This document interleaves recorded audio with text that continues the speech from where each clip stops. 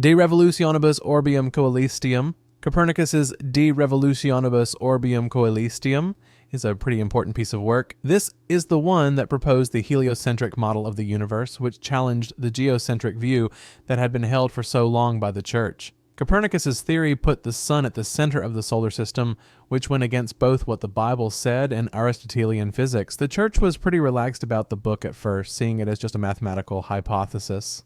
However, as the heliocentric model gained ground, especially after Galileo's observations, it was seen as a threat to religious authority.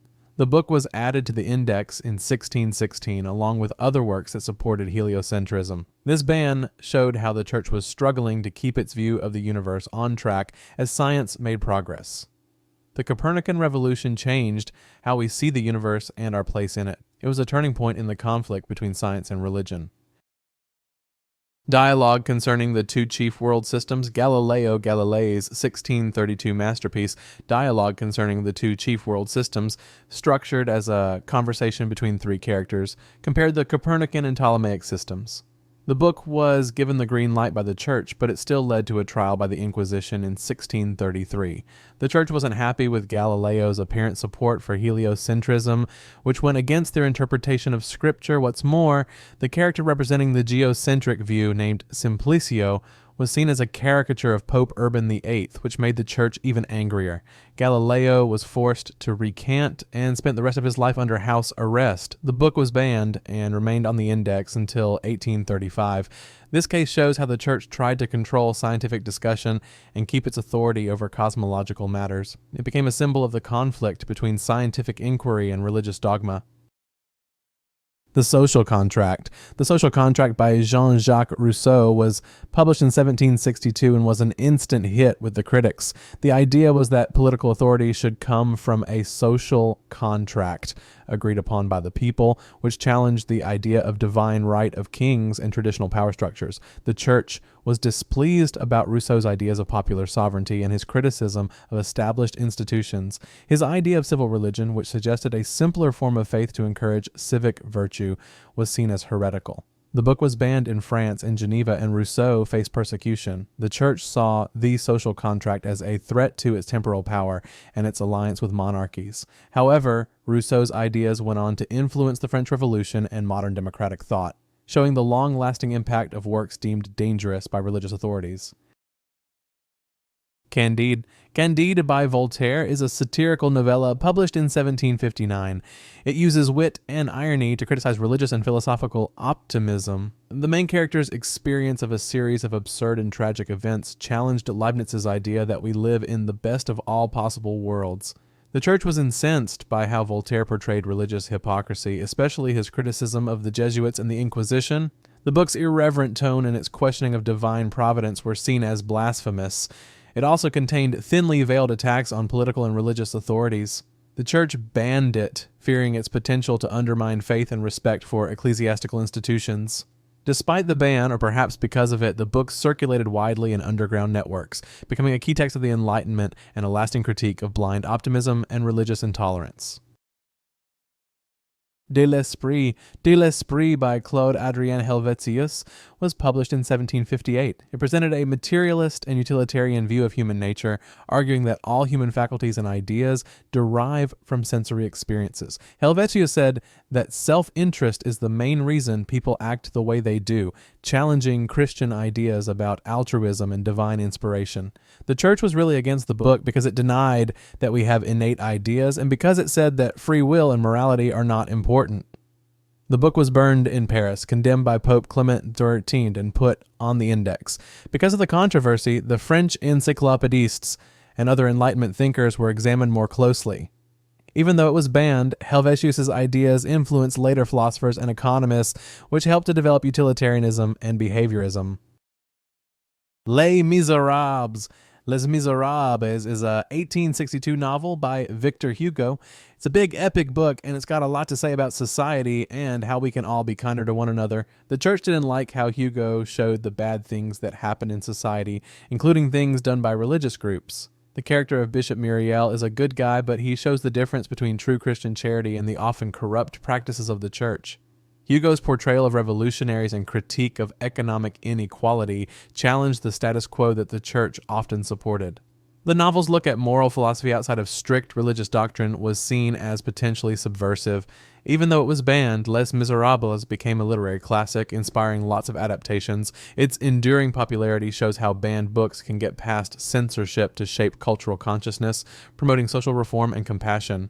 Including the novel in the index shows how anxious the church was about literature that questioned established social and religious norms. Madame Bovary. Madame Bovary, written by Gustave Flaubert in 1856, caused quite a stir in French society and the church thanks to its realistic portrayal of adultery and its criticism of bourgeois values. The main character, Emma Bovary, has passionate affairs to escape her dull life. She challenges what people thought was right for women and for married people at the time. The church wasn't happy with the way the novel was written and didn't like that it didn't say that Emma's actions were wrong. Flaubert's detached narrative style, which presents events without overt judgment, was seen as tacitly approving of immoral behavior. The book was even put on trial for obscenity in France, but Flaubert was cleared. The church then banned it because they were worried it would corrupt public morals.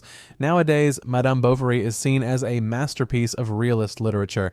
Its inclusion in the index shows the tension between artistic expression and religious morality in 19th century Europe. On the Origin of Species. Charles Darwin's On the Origin of Species was a landmark book that challenged the church's teachings on creationism. Darwin suggested that natural selection is the reason for biological diversity, which challenged the idea that species are unchanging and that humans are exceptional. The church saw this as a threat to the authority of the Bible and the idea that humans are special because they were created in God's image. The book wasn't placed on the index straight away, but the Vatican still condemned its ideas, and the church has been trying to reconcile evolutionary theory with Christian doctrine for a long time, which has led to lots of debates about the relationship between science and faith. Darwin's work caused a revolution in biological sciences and had a big impact on philosophy and theology. Its controversy shows how the church has struggled to adapt to scientific advancements that seem to contradict religious teachings, a tension that persists in various forms to this day. Histoire critique du Vieux Testament. The Histoire critique du Vieux Testament by Richard Simon, published in 1678, was the start of modern biblical criticism. It used historical and textual analysis on the Old Testament. This approach challenged the church's doctrine of biblical inerrancy and divine authorship. Simon said that the Pentateuch was put together from different sources over time, rather than being written by Moses in one go. He also questioned the accuracy of the biblical text, suggesting it had undergone significant changes. The church saw this as a threat to the authority of the Bible and quickly condemned the book. It was placed on the index and most copies were destroyed. However, Simon's work paved the way for modern biblical scholarship. The controversy around Histoire critique shows how the church resists critical examination of sacred texts and tries to maintain control over biblical interpretation. Simon's methods were eventually accepted, transforming the field of biblical studies. Emile, or On Education. Emile, or On Education by Jean-Jacques Rousseau, published in 1762, is a treatise on education that proposes a naturalistic approach to child rearing, emphasizing experiential learning and moral development. The church was deeply troubled by some of the ideas in the book, especially Rousseau's thoughts on religious education. He thought children should wait until they're older to learn about religion so they can develop their own understanding of God and morality. This went against what the church was saying about the importance of teaching children the basics of the religion early on. Rousseau's idea of natural religion, which he set out in the book's Profession of Faith of a Savoyard Vicar, was seen as heretical because it rejected the idea of original sin and miracles. Rousseau was forced to flee France after Emile was publicly burned in Paris and Geneva. He faced persecution as a result.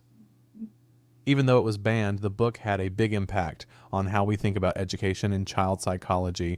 The church was worried that the book could undermine traditional religious teaching and authority over moral education, which is why it was included in the index. The Hunchback of Notre-Dame. The Hunchback of Notre-Dame by Victor Hugo is a Gothic novel set in 15th century Paris. It was written in 1831 and tells a story of love, justice, and social prejudice against the backdrop of Notre Dame Cathedral. The church was upset because Hugo showed the Archdeacon Claude Frollo in a bad light. Frollo was a religious figure who was also lustful and cruel. Hugo's portrayal of corruption within the church questioned its moral authority. The novel looks at the idea of fate versus free will and shows some sympathy for people on the margins of society like Quasimodo and Esmeralda. This was seen as a bit subversive. Hugo's historical narrative also showed how the church was involved in maintaining social injustice, which made religious leaders uncomfortable. Despite being banned, The Hunchback of Notre-Dame became a literary classic. In a strange way, being on the index made it more well-known and read. The novel's lasting popularity shows how banned books can influence how people think about historical institutions, including the church. 1984. The Vatican didn't outright ban 1984 by George Orwell, but the 1949 dystopian novel did challenge religious and political orthodoxy in an implicit way. The totalitarian regime in the book, with its cult of personality and thought control, was seen by many as a reflection of authoritarian systems, both secular and religious. The party's manipulation of the truth and history echoed criticisms of how institutions, including the church, have at times controlled information. Orwell's look at language as a tool for limiting thought showed that dogmatic thinking is a problem in all forms. The novel's pessimistic view of the future and its questioning of absolute authority made it controversial in many circles. 1984 became a powerful critique of totalitarianism and a warning against the suppression of individual thought. These themes indirectly challenge any institution claiming absolute authority, including religious ones. Its impact on political discourse and popular culture shows how literature that confronts established power structures can influence us all.